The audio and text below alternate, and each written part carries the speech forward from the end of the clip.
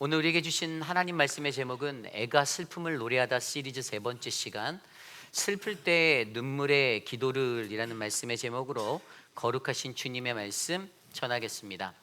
슬플 때 눈물의 기도를. 우리가 계속해서 묵상하고 있는 예레미야 애가는 예레미야 선지자가 썼다라고 집중되어지는 책입니다. 그런데 이 예레미야를 향하여 우리는요, 눈물의 선지자라고 부르기도 하죠. 왜 하나님께서는 예레미야를 이 땅에 보내셔서 그를 이 땅에서 하나님의 말씀을 대언하는 자로 사용하시며 그를 눈물의 선지자로 그렇게 붙여 주셨을까요?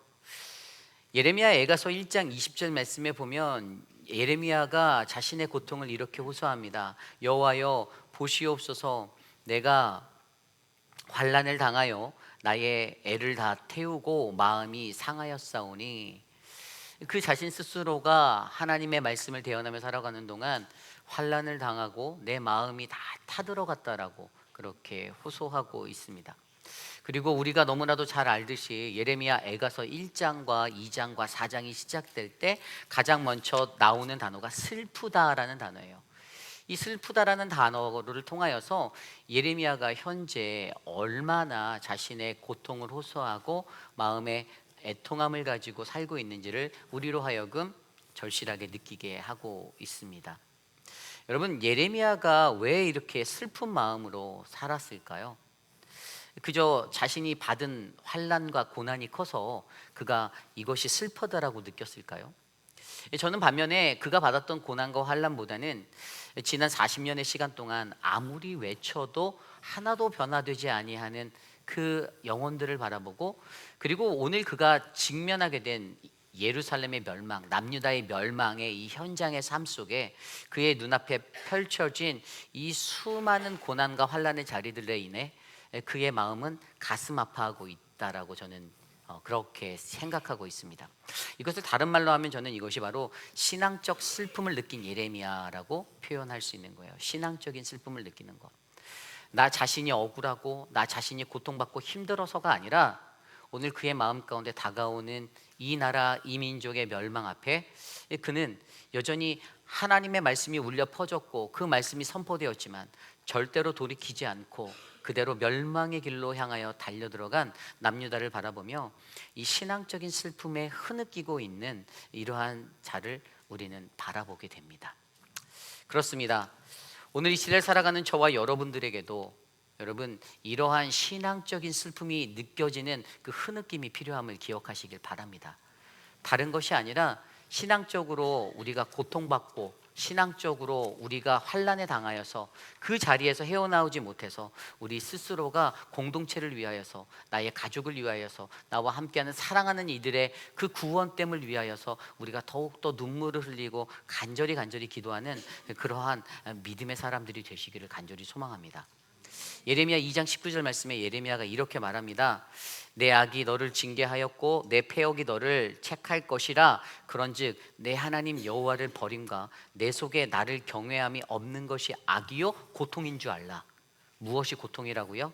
우리 안에 하나님을 버리고 내 속에서 하나님을 경외함이 없이 살아가는 것이 정말 슬픔의 고통이 되어서 우리들의 삶에 덮어지기를 간절히 소망합니다.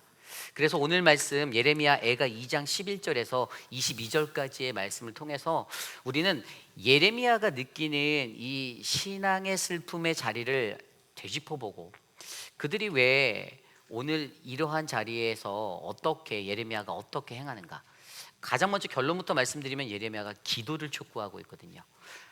이러한 상황 속에서 하나님 앞에 기도하라라고, 회개를 통하여 하나님 앞에 나아가라고 요구하고 있는데 왜 그들이 기도해야 하는지를 오늘 말씀 속에서 한 두 가지 정도로 살펴보고 이 기도의 삶의 자리를 통해 하나님의 긍휼을 구하고 하나님의 은혜를 바라볼 수 있는 저와 여러분들 되시기를 간절히 축원합니다. 그래서 여러분, 오늘 말씀 바로 슬플 때 눈물로 기도를 왜 기도해야 하는가, 이러한 현실 앞에서 오늘 그 첫 번째 말씀은요, 바로 우리가 기도해야 되는 그 이유를 바로 영적 예배가 사라졌기 때문이다라고 말합니다. 좀 더 쉬운 말로 하면 우리 안에 영적 예배가 사라짐을 바라보아라. 여러분, 우리가 드리는 오늘 이 시간 우리가 드리는 예배는 하나의 형식적이고 습관적인 예배가 절대로 아닙니다. 믿으십니까? 우리가 드리는 영적 예배, 이 예배는 영적인 예배예요. 우리가 사도 바울을 통해서 로마서 말씀을 통해서 알고 있었던 로마서 12장 1절, 그러므로 형제들아 내가 하나님의 모든 자비하심으로 너희를 권하노니 너희 몸을 하나님이 기뻐하시는 거룩한 산 제물로 드리라. 이것이 너희가 드릴 영적 예배니라. 아멘. 우리가 드리는 예배는 영적 예배여야 합니다.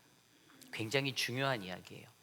그런데 오늘 말씀 속에서 슬픔을 느끼는 이 예레미야의 마음에 이 슬픔이 찾아오는 그 이유 중에 하나가 바로 이 영적 예배의 자리가 사라졌기 때문이다라고 말하는 거예요.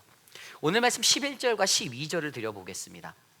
내 눈이 눈물에 상하며 내 창자가 끊어지며 내 간이 땅에 쏟아졌으니 이는 딸 내 백성이 패망하여 어린 자녀와 젖먹는 아이들이 성읍 길거리에 기절함이로다. 12절입니다. 그들이 성읍 길거리에서 상한 자처럼 기절하여 그의 어머니들의 품에서 혼이 떠날 때에 어머니들에게 이르기를 곡식과 포도주가 어디 있느냐 하도다. 아멘. 예레미야가 자신의 삶의 지금 상태를, 현상을 표현하고 있는데요, 자기가 자신의 상태를 뭐라고 말합니까? 내 눈이 눈물에 상하였다. 좀 더 쉬운 말로 하면 울다가 눈이 너무나도 피로해진 거예요. 너무 많이 울었다라는 거예요. 하염없이 울었다라는 거예요. 이스라엘의 멸망을 바라보고 하염없이 엄청난 눈물을 쏟았습니다. 그리고 내 창자가 끊어졌다라고 표현합니다. 내 영혼 속에서 번민하였다라는 거예요. 창자가 끊어지면요, 번민을 표현하고 있어요. 이건 약간 정신적인 고통을 호소하는 거죠. 번민하다 보니까 심중에 얼마나 마음에 부대꼈겠어요. 이 번민이 영혼 속에서 계속 일어났던 것입니다. 앞서 처음에 내 눈에 눈물이 상하여가 육체적인 고통이었다면 이 번민은 우리의 심령을 상하게 하고 공고하게 하는 이런 영적인 정신적인 고통의 호소입니다. 그리고 내 간이 땅에 쏟아졌다. 이것은 놀랐다라는 것을 표현한 것이에요. 놀람이에요. 여러분 그런 말 들어보셨잖아요. 아우 심장이 덜컥했다. 뭔가 깜짝 놀랐을 때 어우 심장 떨어지는 줄 알았어 라고 얘기하잖아요. 그런데 내 심장이 땅에 쏟아졌다라는 그 표현이 얼마나 그에게 이 예루살렘의 현실, 아이들이 어머니의 품에 안겨서 성 안에서 길거리에서 죽어가는 그 현상과 그 모든 것들을 바라보고 그가 느낀 것이 바로 이러한 충격의 모습들이었다라는 것이죠. 그래서 그가 육체적 정신적으로 이 고통을 호소하며 나아갑니다. 그리고 그가 이 이유를 뭐라고 말하냐면요, 지금 자신의 눈에 눈물이 상하고 내 창자가 끊어지고 내 간이 땅에 쏟아지는 이 이유는 내 딸, 내 백성이 패망하였었다라고, 그것 때문이다라고 11절 후반에 설명하고 있어요. 특별히 여기서 한 가지 생각해 볼 것은 내 아들이 아니라 내 딸이라 부르짖습니다. 아니 예레미야 보면 이렇게 아들이라고 표현될 법한데 아니고 딸을 이야기해요. 왜 그럴까요? 그만큼 더 애타다라는 거예요. 저도 딸을 가진 아버지로서 살다 보니 아들이 없어서 그런지 가끔씩 이 딸의 앞으로의 미래와 이런 모든 것들이 좀 애잔하게 느껴질 때가 있어요. 이 아이가 이 세상을 살아가야 하는 시간들, 그리고 아들은 장성하면 내 옆에서 같이 이렇게 좀 있을 수도 있고 늘 내 사람인 것 같은데 딸은 언젠가는 시집을 보내야 되잖아요. 그러니까 그런 애절함, 여호와 하나님이 보시기에서 이스라엘은요 이런 딸과 같은 존재였던 거예요. 그런 아버지의 마음으로 바라보는데 지금 그들에게 닥쳤던 그 기근들, 정확하게 이 표현이 어떤 때냐면 바벨론의 3차 침공을 당하였을 때, 멸망의 직전 앞에 30개월 동안 그들의 도성이 포위를 당하고 그들의 삶 가운데 기근이 찾아오게 될 때 예레미야가 이 현장들을 목격하고 이것들을 느끼며 슬퍼하는 것입니다. 그래서 여러분 오늘 여기에서 보면 내 백성의 패망하여, 딸 내 백성이 패망하여, 우리가 이것들을 조금 더 집중해 보고자 하는데요, 영어 성경으로 이것을 보니까요, Because of the destruction of the daughter of my people, 이게 어떠한 내 딸의 삶이 어떻게 파괴된 거냐, 내 백성이었던 내 딸이 패망한 것이 무엇인가, 이게 사실은 표면적으로 보면 파산이고 나라의 무너짐이잖아요. 그죠? 그런데 그냥 물리적으로 봤을 때는 그냥 한 나라가 망한 거고요, 그냥 기근으로 고생하고 그냥 파멸당하는 거예요. 그런데 이 부분을 영적으로 음미해 보면 이것은 영적인 멸망을 얘기하는 거예요. 영적인 멸망, 이게 무언가 하면 바로 우리의 예배의 자리가 끊어져 버린 겁니다. 여러분, 하나님은요, 저와 여러분들을 하나님을 예배하는 예배의 소망으로 세워주셨습니다. 그리고 그것이 우리의 목적입니다. 이것은 하나님의 근본적인 갈망이었고 소망이셨어요. 하나님은 인류를 창조하시고 사람을 지으신 그 자리에서 우리로 하여금 창조주 되신 하나님을 영화롭게 하고 그분을 예배하기 위한 존재로 우리를 만들어 주셨습니다.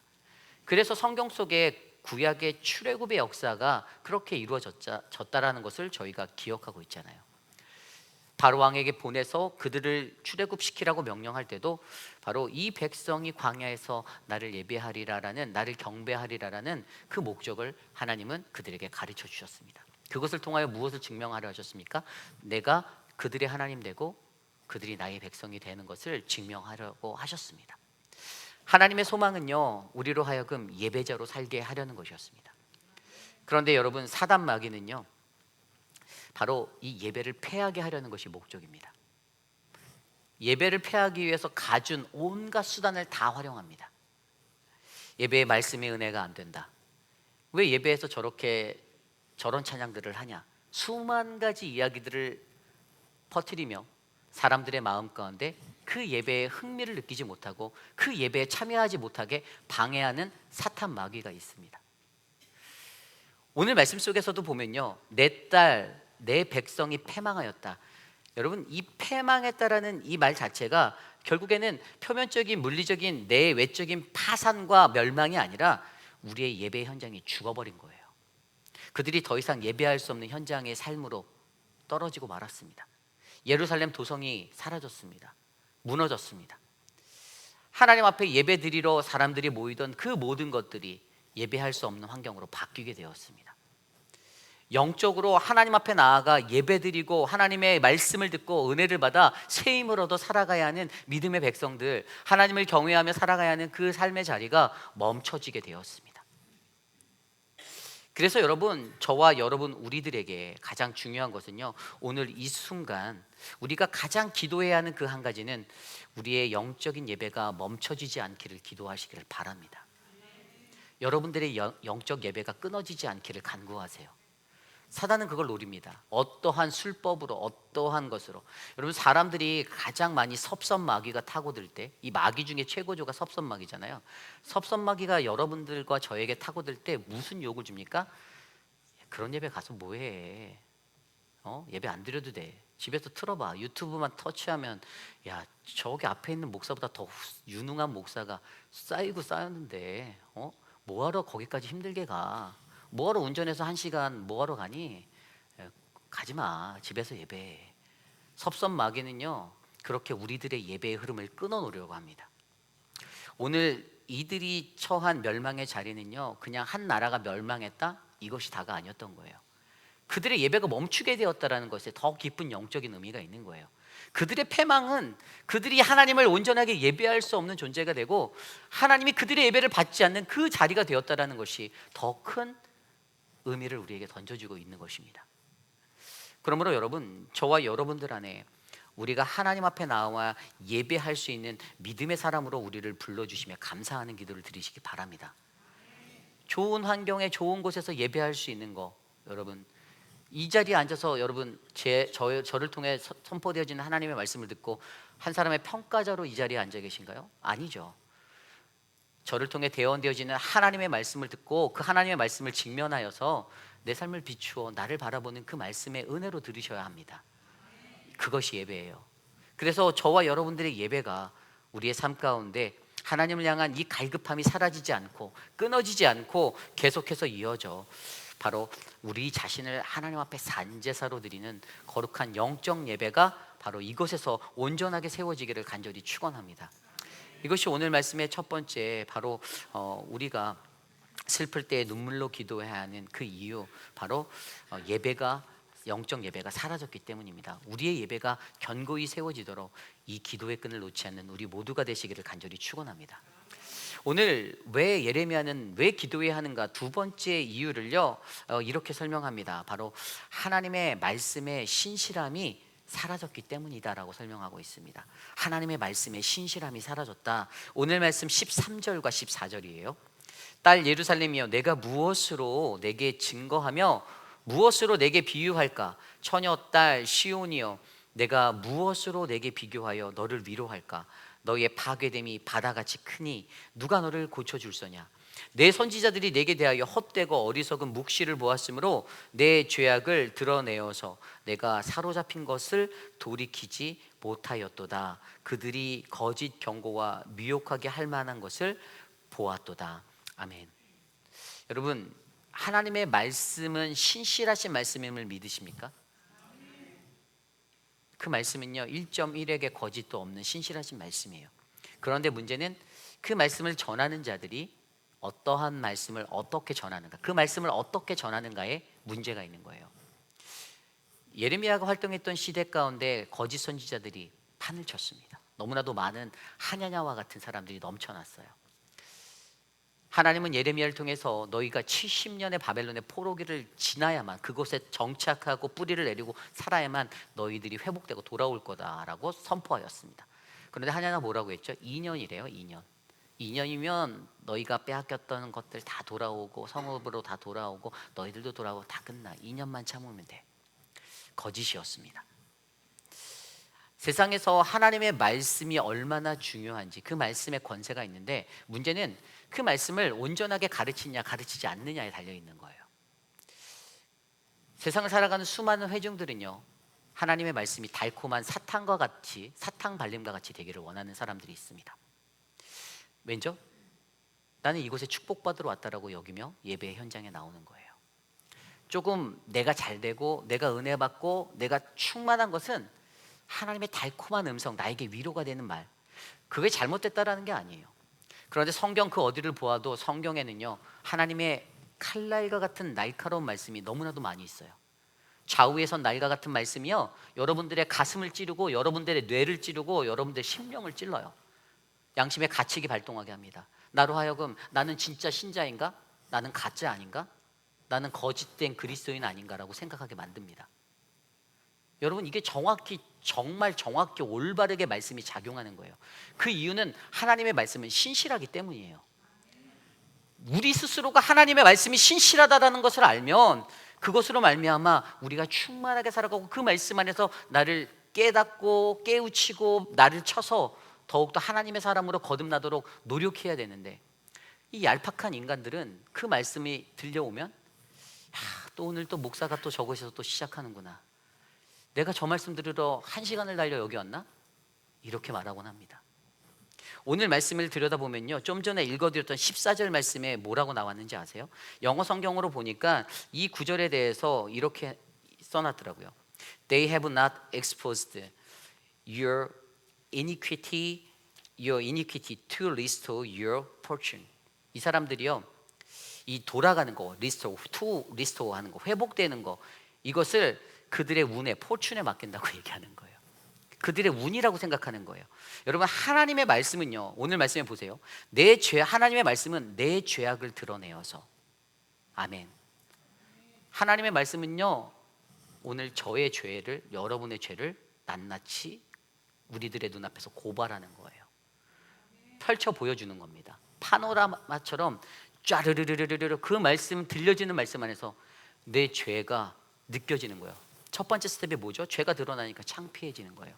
부끄러워져요. 한없이 작아지는 거예요. 그게 말씀의 신실함이라고요. 그리고 나서 어떤 일들을 한다고요? 내가 사로잡힌 것을 돌이키지 못하였도다. 우리가 사로잡힌 게 있대요.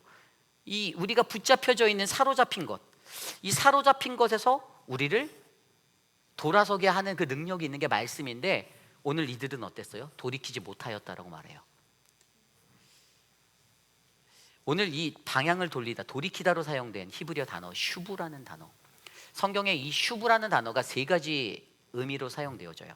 첫 번째 단어가 되돌아오다. 이건 무슨 뜻이냐면 그냥 어떤 물리적인 움직임에 관한 설명이에요. 예를 들어 이 단어가 사용되는 게 창세기 22장 5절이에요. 이 아브라함이 모리아산에서 경배를 하러 나아갈 때, 그때 자신의 종에게 내가 이 아이와 함께 가서 예배하고 돌아오리라, 이때 이 슈브라는 단어가 돌아오리라에 쓰여졌어요. 그냥 물리적인 움직임의 의미입니다. 두 번째는요, 되풀이되는 반복되는 행위를 표현할 때 이 히브리어 슈브가 사용됩니다. 이것은 뭐냐 하면요, 그 이삭이 이제 우물을 파고 이렇게 지내다가 계속 다른 사람들과 갈등이 생기고 이럴 때, 그때 그가 그 어려움을 지나서 그 우물을 빼앗기고 그런 상황 속에서도 그 우물을 다시 팠다. 창세기 26장 18절에 다시 팠다라고 할 때 이 다시라는 단어가 슈브로 사용되었어요. 120회 정도 사용되었어요. 앞에 처음에 슈브는 한 270회 나왔었고, 그리고 마지막 세 번째로 쓰이는 게 이 슈브라는 단어가 오늘 말씀에 쓰여진 이 슈브인데, 바로 하나님의 언약의 하나님께 되돌아가는 것을 설명하고 있습니다.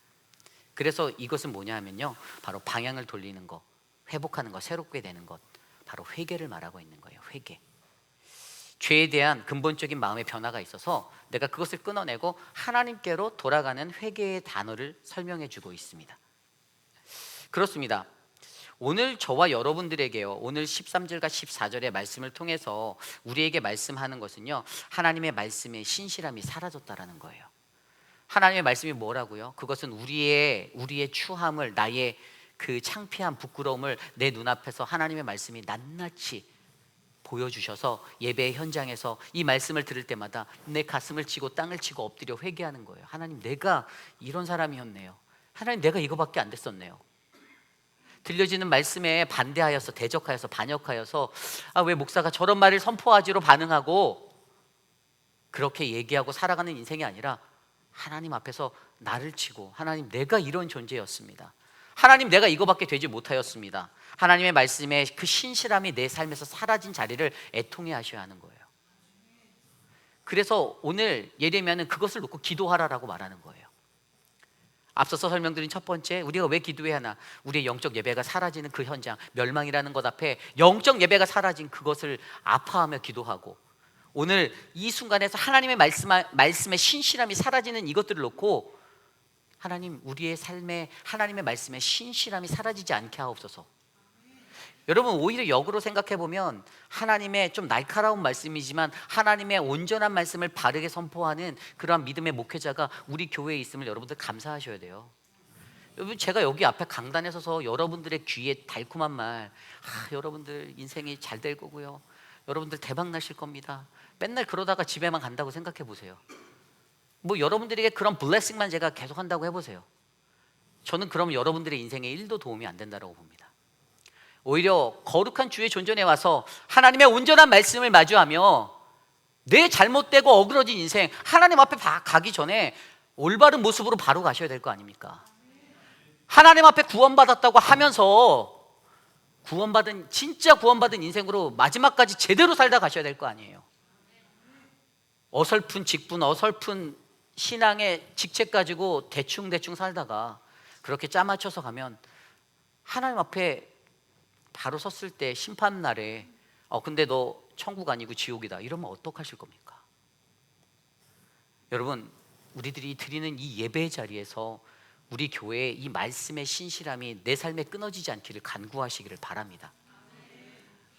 이 슈브가, 우리가 하나님의 언약의 하나님께 돌아가는 이 슈브가 우리의 예배 안에서 저희에게 작동되어져서 저희가 이 말씀, 듣는 말씀을 통해서 내가 하나님께로 돌아가도록 그렇게 노력하시는 인생이 되셔야만 합니다. 고통스럽고 힘들지 몰라요. 그런데 여러분, 그것이 훈련입니다. 하나님이 예레미야를 어떻게 훈련시키셨어요? 우리가 예레미야서를 배울 때 예레미야 13장에서 배웠잖아요. 하나님이 예레미야에게 말씀하십니다. 배로 만든 띠를 사라, 그리고 허리에 그것을 띄워라, 그리고 그것에 물을 적시지 말아라 라고 말씀하셨어요. 예레미야가 13장 말씀에서 보면 그대로 행했어요. 사서 띠를 띠고 물을 묻히지 않고 딱 있었습니다. 그런데 며칠 지나서 하나님이 뭐라고 말씀하십니까? 유브라데에 가서 바위 틈에다가 그것을 감추어라. 하나님 또 여호와의 말씀으로 말씀하셨어요. 그랬더니 이스라엘에서 이 250마일 떨어진 약 400km가 넘어가는 그 거리를 그가 가서 감추고 돌아옵니다. 그랬더니 여호와 하나님이 며칠 뒤에 또 말씀하세요. 여호와의 말씀을 따라서 감췄던 걸 다시 가져오라라고 말씀하세요. 그래서 여호와의 말씀대로 그가 그대로 행했습니다. 그랬더니 어떻게 됩니까? 저는 사실 이 13장 말씀 묵상할 때, 하나님이 예레미야를 아주 똥개 훈련을 제대로 시키네, 이 생각이 들었는데, 13장에 만약에 단 한 구절이라도 예레미야가 짜증이 났다, 예레미야가 불평을 하였다, 예레미야가 하나님 앞에 지금 장난하십니까? 라고 대들었다, 뭐 이런 게 있으면 제가 그런 것들을 인정하겠는데, 이 훈련의 자리를 예레미야가 감사함으로 받고 그대로 행하고 있는 것들을 보게 되는 거예요. 그랬더니 그에게 어떤 영이 임하였냐면, 그 뒤에 말씀에 뭐라고 하냐면, 그에게 이렇게 시킨 그 비밀스러운 일들을 하나님이 말씀해 주세요.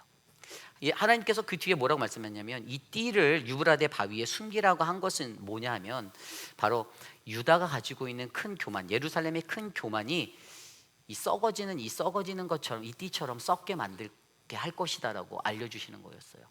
그리고 그 띠를 다시 가져오게 만드는 거는 너희가 나중에 다시 회복되어져서 이 땅에 포로기를 마치고 돌아올 것에 대해서 음미해 주시는 영적 비밀이 담겨져 있었습니다. 여러분, 하나님의 말씀은요, 그냥 선지자니까 알고, 뭐 집사니까 알고, 장로니까 알고, 목사니까 알고, 그렇지 않아요. 하나님의 사람들이 영으로 깨어있지 않고 이 훈련이 되어 있지 않으면요, 들려지는 말씀 속에서 그 말씀이 음미하는 문자적인 것은 캐치할 수 있어도 이 컨텍스트적인 전체적인 하나님의 영적인 의미는 절대로 발견해낼 수 없습니다. 그래서 하나님의 말씀이 동일하게 선포되어져도 어떤 이는 은혜 받고 어떤 이는 이것들에 대해서 은혜 받지 못하는 이유가 그거예요. 우리들의 각 사람에 맞춰진 영적인 수준에 따라 하나님의 말씀이 내게 전달되는가 전달되지 못하는가가 결정된다는 사실입니다. 그런데 여러분 보세요. 일상의 삶 속에 있는 그런 것들 안에서 이 허리띠를 매는 거, 이런 것들이 일상의 것들이었잖아요. 이런 것들을 통해서 하나님은 여전히 우리에게 계속해서 말씀하고 계신데, 우리들이 그 말씀을 이해할 수 있는 영적인 자리에 서 있는가 서 있지 않는가에 따라 우리가 보이는 것에만 집중하는 자인가, 보이지 않는 것을 믿음으로 받고 나가는 언약의 사람인가가 결정된다는 사실이에요. 그러므로 여러분, 저와 여러분들에게 이 말씀의 훈련이 되어지기를 기도하시길 바랍니다. 그리고 그것들을 위해서 간구하세요. 하나님, 사람의 말로, 저기 앞에선 저 쬐끄만 목사가 외치는 게 사람의 말로 들리지 않게 해주십시오.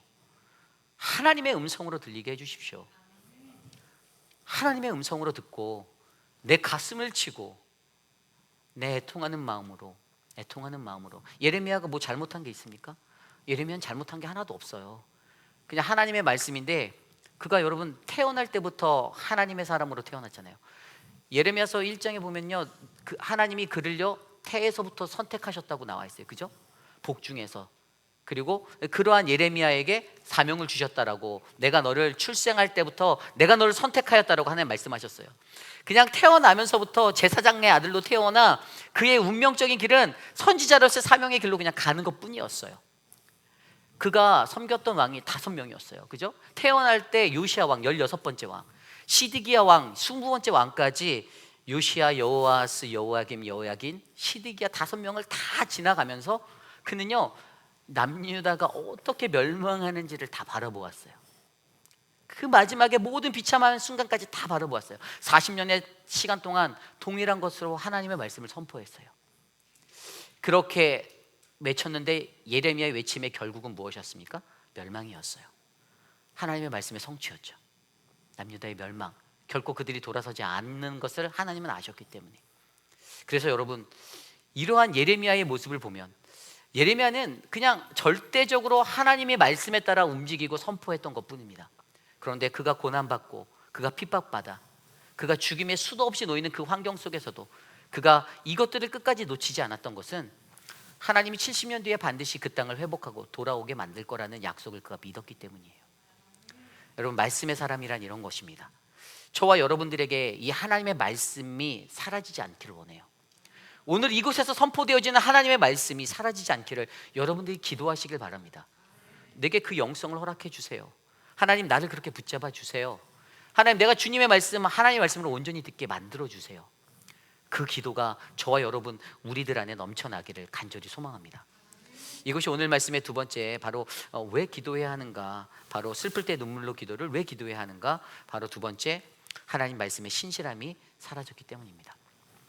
자, 이 앞선 이 두 가지를 통해서 가장 먼저 예레미야는 오늘 말씀에서 이제 가장 중요한 기도에 관한 이야기하려 합니다. 예레미야는 18절 19절 말씀에 그들의 마음이 주를 향하여 부르짖기를, 딸 시온의 성벽아, 너는 밤낮으로 눈물을 강물처럼 흘릴지어다. 스스로 쉬지 말고 내 눈동자를 쉬게 할지어다. 하지 말지어다. 초저녁에 일어나 부르짖을지어다. 내 마음을 주의 얼굴 앞에 물 쏟듯이 할지어다. 각 길 어귀에서 주려 기진한 내 어린 자녀들의 생명을 위하여 주를 향하여 손을 들지어다 하였도다. 아멘. 기도하라고 외치십니다. 하나님께 참된 회개의 기도를 드리라는 거예요. 눈물로 쉬지 말고, 눈동자를 쉬게 하지 말고 계속 눈물을 흘리며 애통하는 마음으로 하나님께 참된 회개를, 진정한 회개를 마음을 찢고 애통하는 마음으로 드리라고 권면하고 있습니다. 그리고 어떻게 합니까? 20절과 22절의 말씀에 보면 현재 자신의 상태를 그대로 하나님께 고하라고 하고 있어요. 여호와여 보시옵소서, 주께서 누구에게 이같이 행하셨는지요? 여인들이 어찌 자기 열매 곧 그들의 낳은 아이를 먹으오며 제사장들과 선지자들이 어찌 주의 성소에서 죽임을 당하오리까? 늙은이와 젊은이가 다 길바닥에 엎드려졌사오니 내 처녀들과 내 청년들이 칼에 쓰러졌나이다. 여러분, 그냥 있는 그대로의 현상을 가지고 지금 나의 모든 상태를 그냥 적나라하게 하나님 앞에 아뢰며 기도하라라고 가르치고 있습니다. 그런데 그렇게 기도했더니 어떤 은혜가 일어납니까? 그때 하나님의 은혜와 긍휼이 있음을 우리가 발견하게 됩니다. 21절 말씀에 보니까요, 주께서 주의 진노의 날에 죽이시되 긍휼히 여기시지 아니하고 도륙하셨다라고 말합니다. 하나님의 말씀의 성취로 이루어진 심판이 긍휼없고 은혜 없는 것 같이 이루어지는 것 같지만 결국에 예레미야는요, 하나님의 긍휼을 바라며 사는 인생을 이 구절을 통해서 우리에게 보여주고 있어요. 믿는 이들에게 가장 중요한 기도의 이유는요, 우리는 하나님의 은혜와 긍휼을 바라며 주님께 기도합니다. 믿으십니까? 우리가 기도하는 것은 나의 소망과 나의 것을 이루기 위함이 아닙니다. 그것은 오직 연약하고 볼품없는 나를 하나님의 은혜와 긍휼로서 일으켜 주시고 회복하시고 사용하여 주실 그 하나님의 은혜와 긍휼을 바라며 우리가 기도하는 거예요. 여러분, 저와 여러분들의 삶 가운데 우리의 기도는요, 그러한 기도가 되기를 간절히 기도드립니다. 어떤 것을 기도하시겠습니까? 주님, 제가 이번에 차를 좀 바꿔야겠는데 이런 것들을 기도하시려나요? 주님, 제가 이번에 우리 딸이 좀 사업이 잘 돼야 되겠는데 그런 것들을 원하며 기도하십니까? 그 기도도 중요합니다. 그런데 더 중요한 것은 오늘 우리에게 말씀하신 대로 내 안에 영적인 예배가 사라지지 않도록 기도하셔야 하고요, 하나님의 말씀에 신실함이라는 그 은혜가 내 삶에 끊어지지 않게 기도하십시오. 그리고 그것을 통해서 하나님의 은혜와 긍휼이 내게 임할 것들을 간구하시는 저와 여러분, 우리 모두가 되시기를 간절히 축원합니다. 이제 말씀을 정리하고자 합니다. 여러분, 예레미야서를 예전에 읽다가 보니까 새 언약을 폐하셨고요, 새 언약을 주셨고요, 옛 언약을 폐하셨습니다. 옛 언약이란 무엇입니까? 모세 때 주셨던 언약이잖아요. 예레미야 31장 얘기에 보면 뭐라고 나왔냐면요, 보라, 날이 이르리니 내가 이스라엘 집과 유다 집에 새 언약을 맺으리라. 그 언약은 내가 그들의 조상들의 손을 잡고 애굽 땅에서 인도하였던 날에 맺었던 것과 같지 않다라고 얘기합니다. 다르다라는 거예요. 다른 거예요. 모세를 통해서 호렙산에 주셨던 그 언약이 아니라고 말씀하는 거예요, 예레미야에게. 그리고 뭐라고 말씀하셨냐면 33절로 넘어가면, 그러나 그날 이후에 내가 이스라엘 집과 맺을 언약은 이러하니 곧 내가 나의 법을 그들의 속에 두며 그들의 마음에 기록하여 나는 그들의 하나님이 되고 그들은 나의 백성이 되리라. 아멘. 여러분, 이것의 영적 의미가 뭘까요? 아니, 말씀을 예전에는 돌판에 새겨져 주셨었는데 이제는 속에 둔대요. 우리가 너무나도 잘 아는 답이에요. 예수 그리스도. 예수 그리스도를 우리의 마음 가운데, 우리의 속에 두셔서 우리가 그분을 통해서 새 언약의 백성, 하나님의 언약 백성됨을 우리가 믿고 확신하고 살아가는 거예요. 여러분들의 마음속에 예수 그리스도가 있습니까? 예수님 있으세요? 아멘. 저와 여러분 안에 예수 그리스도가 계셔야만 돼요. 예수 그리스도가 있는 사람의 삶이 바뀌어야 되는 겁니다. 옛 언약에 묶여있는 자가 아니라 예수 그리스도가 나를 위해서 십자가에 돌아가신 예수 그리스도가 내 안에 계셔서 우리가 예수 그리스도 중에 하나님을 아는 거예요. 그래서 31장 34절에 뭐라고 하냐면, 그들이 다시는 각기 이웃과 형제를 가리켜 이르기를 너는 여호와를 알라 하지 아니하여도 안다라는 거예요. 작은 자나 큰 자까지 다 나를 알기 때문이다. 내가 그들의 악행을 사하고 다시는 그 죄를 기억하지 아니하리라. 여호와의 말씀이니라. 아멘. 예레미야가 이것을 기억했어요. 예레미야는 이것을 알고 있었습니다. 우리의 마음에 있는 예수 그리스도로 인해 저와 여러분들이 죄 사함을 받고 우리가 다시는 우리의 죄를, 이전의 죄를 기억하시지 않으시는 여호와 하나님이 나의 하나님 되심을 믿으며 우리가 그래서 오늘 소망을 갖고 살아갈 수 있는 거예요. 다만 문제는 그 안에 예수가 있냐 없냐의 차이인 거예요. 여러분, 저와 우리들 안에 계신 예수 그리스도를 붙잡고 살아가시기를 간구합니다. 그리고 그 예수로 말미암아 우리가 슬픔에 잠긴다 하더라도, 여러분 인생을 살다 보면 얼마나 슬픈 일이 많아요. 슬픈 일 너무나도 많아요. 개인적인 가정에서의 슬픔들도 있고 내 개인적인 문제도 있고. 그런데 여러분, 예레미야가 주목해 보았던 것은요, 개인의 문제보다 공동체의 문제라는 거예요. 공동체의 슬픔이었어요. 이 민족이 하나님의 말씀이 40년 동안 외쳐져도 절대로 돌아가지 않는, 이 휴부하지 않는 이것을 바라보니 너무나도 마음이 슬픈 거예요. 멸망하게 될 거라는 것을 알면서도 설마 그래도 기도하면 저들이 돌아갈지 모를까라는 기대를 했는데도 안 바뀌는 거예요. 1도 안 바뀌는 거예요. 하나도 안 바뀌는 거예요. 결국에 멸망을 맞이했는데도 그들에게 소망 없는 것 같고, 그들 스스로가 그렇게 살아가는 모습들을 바라보며 바벨론 강가에서 슬피우는 그들의 모습을 바라볼 때 여전히 예레미야의 마음속에는 눈물만 가득가득 흐르게 되었던 것입니다. 오늘 저와 여러분들의 인생이, 우리가 이 슬플 때 우리가 눈물로 기도하는 믿음의 사람들 되시기를 원합니다. 우리의 공동체를 위해서 기도해 주십시오. 우리의 가정을 위해서, 내 남편, 내 자녀들, 내 형제 자매들, 우리의 공동체에 아직까지도 예수를 온전하게 만나지 못한 영혼들이 있잖아요. 그래서 자꾸만 혼미하게 매일의 삶 가운데 그렇게 살아가다가 넘어지고, 여기 부딪히고 저리 부딪히고 이리쿵 저리쿵 하는 인생들 너무 많잖아요. 여러분, 목회자로서 그것을 바라볼 때 너무 가슴이 아픕니다. 하나님 말씀대로 우리가 하면 되는데, 그러한 마음으로 저와 여러분 우리 모두가 눈물의 기도자가 되어서 슬플 때 눈물로서의 애통한 마음으로 하나님 앞에 기도하여 이 가정과 이 공동체가 하나님께 귀하게 쓰임받는 믿음의 공동체가 되기를 간절히 축원합니다. 이 시간 모두 자리에서 일어나서 오늘 주신 말씀을 놓고 기도하기 원합니다.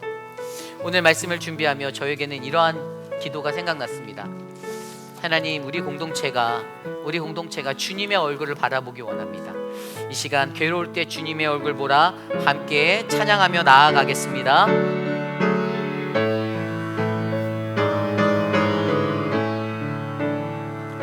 괴로울 때 주님의 얼굴 보라, 평화의 주님 바라보아라. 세상에서 시달린 친구들아, 위로의 주님. 우리 다시 한번 고백할까요? 괴로울 때 주님의, 괴로울 때 주님의 얼굴 보라, 평화의 주님 바라보아라. 세상에서 시달린 친구들아, 위로의 주님 바라보아라. 눈을 들어 주를 보라, 내 모든 염려 주께 맡겨라. 슬플 때에 주님의 얼굴 보라, 사랑의 주님 하실 줄이라. 힘이 없고 내 마음 연약할 때, 연약할 때 능력의 주님 바라보아라. 주의 이름 부르는 모든 자, 힘주시고 늘 지켜주시리. 눈을 들어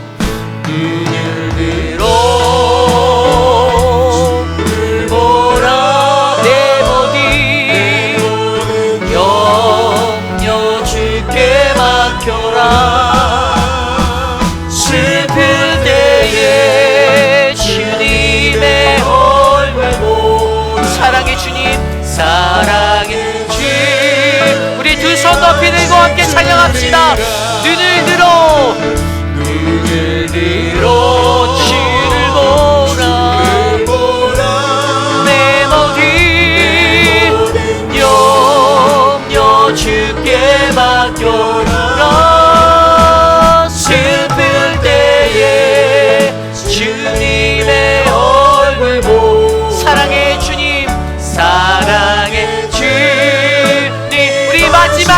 다시 한번 고백합시다. 눈을 들어 주를 보라. 내 모든 염려 주께 맡겨라. 슬플 때에 주님의 얼굴 보라. 사랑의 주님, 사랑의 주님 안식 주리라. 참으로 존귀하신 하나님, 주님의 은혜에 감사드립니다. 예레미야를 통하여서 우리의 마음에 하나님이 세우고자 원하시는 것은 회개를 통한 그 기도를 통하여서 하나님의 은혜와 긍휼의 자리로 나아가는 우리들이 되기를 원하시는 하나님을 발견합니다. 하나님, 우리의 죄를 사하시고 우리를 주의 은혜와 긍휼로 보호하시는 하나님, 하나님, 우리의 삶에 영적인 예배가 끊어지지 않도록, 하나님의 말씀에 신실함이 끊어지지 않도록 하나님, 기도하는 눈물의 기도자가 우리들이 되게 하여 주시옵소서. 사랑하는 우리 회빛라는 장로교회에 그러한 예배를 허락하여 주셔서 감사합니다. 좌로나 우로나 치우치지 않고 오직 하나님의 말씀에, 신실하신 그 말씀에 붙잡혀 주님 앞에 영화로운 예배를 올려드릴 수 있는 믿음의 공동체가 우리가 되게 하여 주시옵소서. 그리하여 사랑하는 성도들 한 사람 한 사람 기도의 용사로, 눈물로 씨를 뿌리는 그 기도의 용사로 하나님 이곳에 서게 하여 주시옵소서. 육신의 연약함 가운데 나아 계신 우리 유강현 집사님 지켜주시고, 박장순 권사님, 사랑하는 우리 어르신들의 이 인생을 하나님께서 붙잡아 주셔서 하나님이 만져주시옵소서. 사랑하는 김용우 장로님 네 분, 그 머나먼 거리를 주님 앞에 오고 갈 때 안전하게 붙잡아 주시고, 주님, 우리 장로님 연약해지는 육신 가운데 힘들지 않게 하시며 새 힘을 주시고 강건케 하여 주시옵소서. 사랑하는 지연초 권사님 회복의 시간을 마주합니다. 주님이 은혜를 주셔서 잘 회복될 수 있도록 하나님 돌보아 주시옵소서. 지금은 우리 구주 예수 그리스도의 무한하신 은혜와 그 크신 하나님의 사랑하심과 성령 하나님의 감화감동 교통하심의 역사가 에카 슬픔을 노래하다라는 이 예레미야의 노래 가운데 우리가 슬플 때 흘리는 눈물의 기도가 우리들의 영적 성장과 신앙의 성숙함을 우리에게 던져주실 줄 믿습니다. 하나님, 영적 예배자가 우리가 되도록, 하나님의 말씀에 신실함의 사람이 우리가 되도록 우리를 지켜주옵소서라고 간구하는 사랑하는 우리 회의비라는 장로교회의 모든 성도들 머리머리 위에, 저들의 가정과 자녀와 삶의 터전 위에 지금으로부터 영원토록 함께 하시기를 간절히 축원하옵나이다. 아멘.